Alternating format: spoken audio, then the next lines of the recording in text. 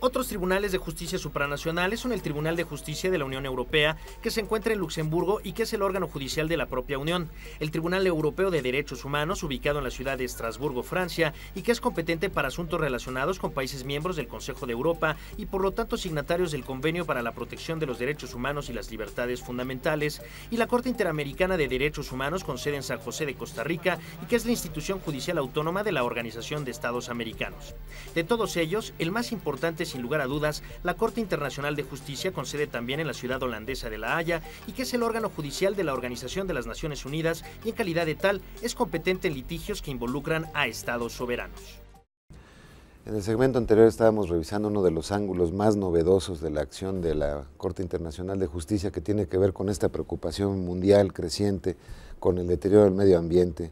Y claro, ahí la acción de los estados también puede ser muy depredadora, hay que decirlo, y yo celebro que estén llegando estos casos a sus manos para que precisamente haya una entidad mundial que diga, señores, esto no se puede, este no es el comportamiento internacional que se espera en materia de medio ambiente. Hablábamos de este litigio entre Argentina y Uruguay, pero comentaba usted que hay otros dos.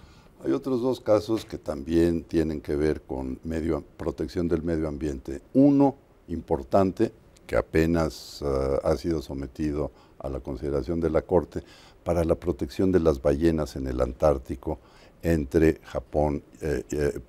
Australia contra Japón. Y un tercer caso... Iniciado por Australia, entiendo. Iniciado por Australia.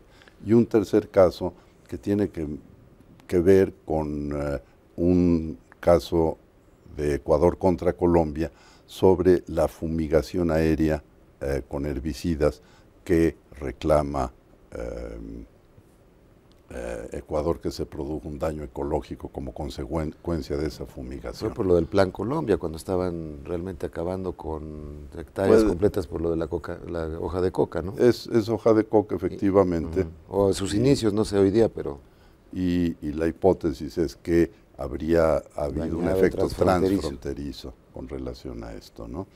Menciono también dos casos nuevos, dos temas nuevos que tienen que ver, uno, con la declaración unilateral de independencia de Kosovo, en donde ahí, claro, había elementos políticos muy significativos y son polvos de aquellos lodos, la fragmentación de Yugoslavia, que trajo como consecuencia los litigios que he mencionado relacionados con genocidio y también este otro tema. Pero eso generó un miedo espantoso en algunos países que tienen movimientos separatistas y dijeron, bueno, si los kosovares se pueden unilateralmente declarar independientes, a lo mejor también después otros.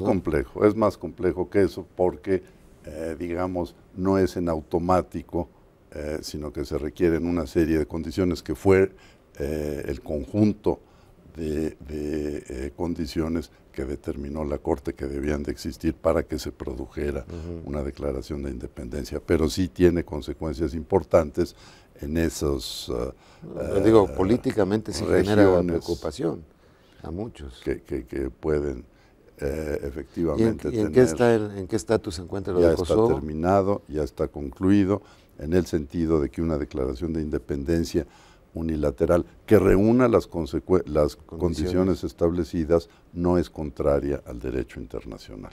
Y no requiere reconocimientos de otros, nada por el estilo. Un tercer tema nuevo es el de la eliminación de la discriminación racial.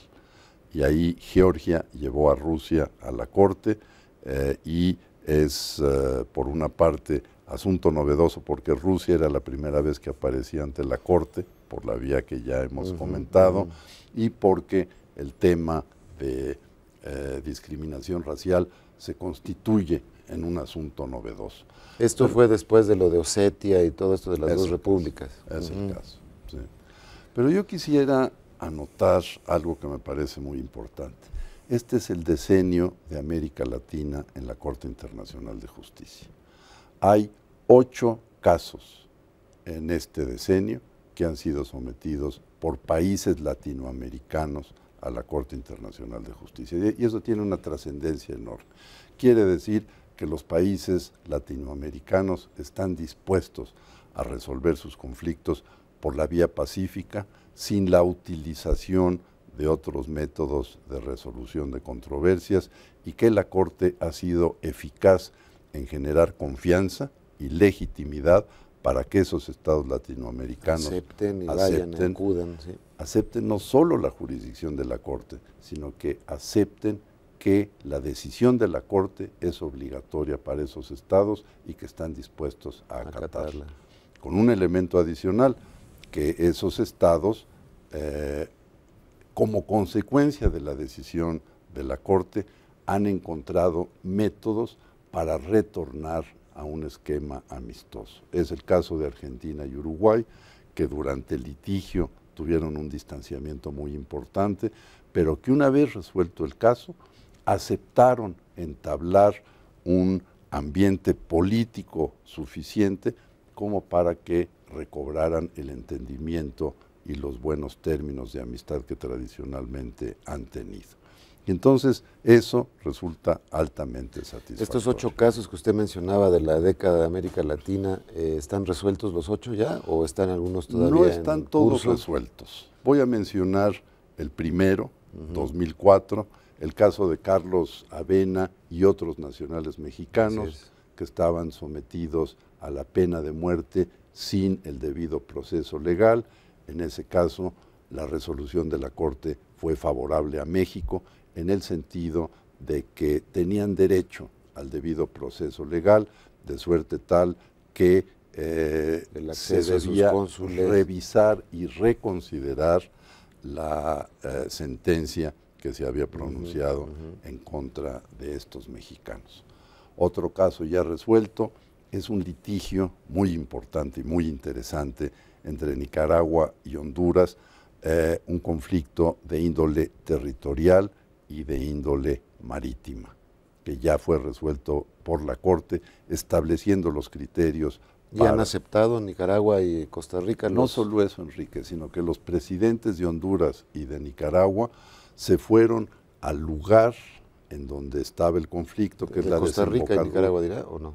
¿O es que decía de Honduras y Nicaragua? Honduras y Nicaragua, sí.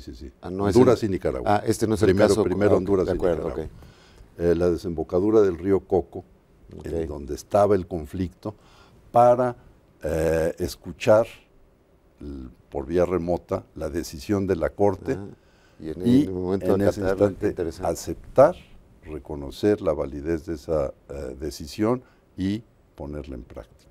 Muy interesante. Usted se refiere a otro caso que tiene que ver, 2 casos entre Nicaragua y Costa Rica, uno que tiene que ver con los derechos de navegación en el río San Juan, que ya fue resuelto, en donde se establecen los criterios. Nicaragua tiene soberanía plena sobre el río San Juan, Costa Rica tiene ciertos derechos de navegación sobre el río San Juan con ciertas características. El segundo conflicto al que usted se refería es un conflicto por títulos soberanos sobre una pequeña isla que se encuentra en el río San Juan.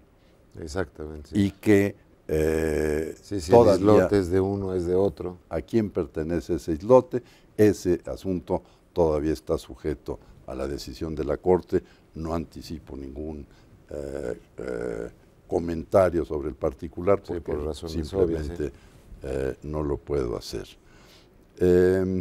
Otro asunto tremendamente atractivo es un litigio entre Nicaragua y Colombia, que tiene que ver por las islas, por el archipiélago de San Andrés.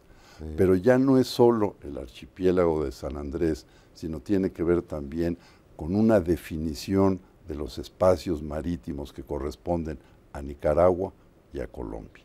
Ese caso todavía no está resuelto, pero es un caso absolutamente fascinante.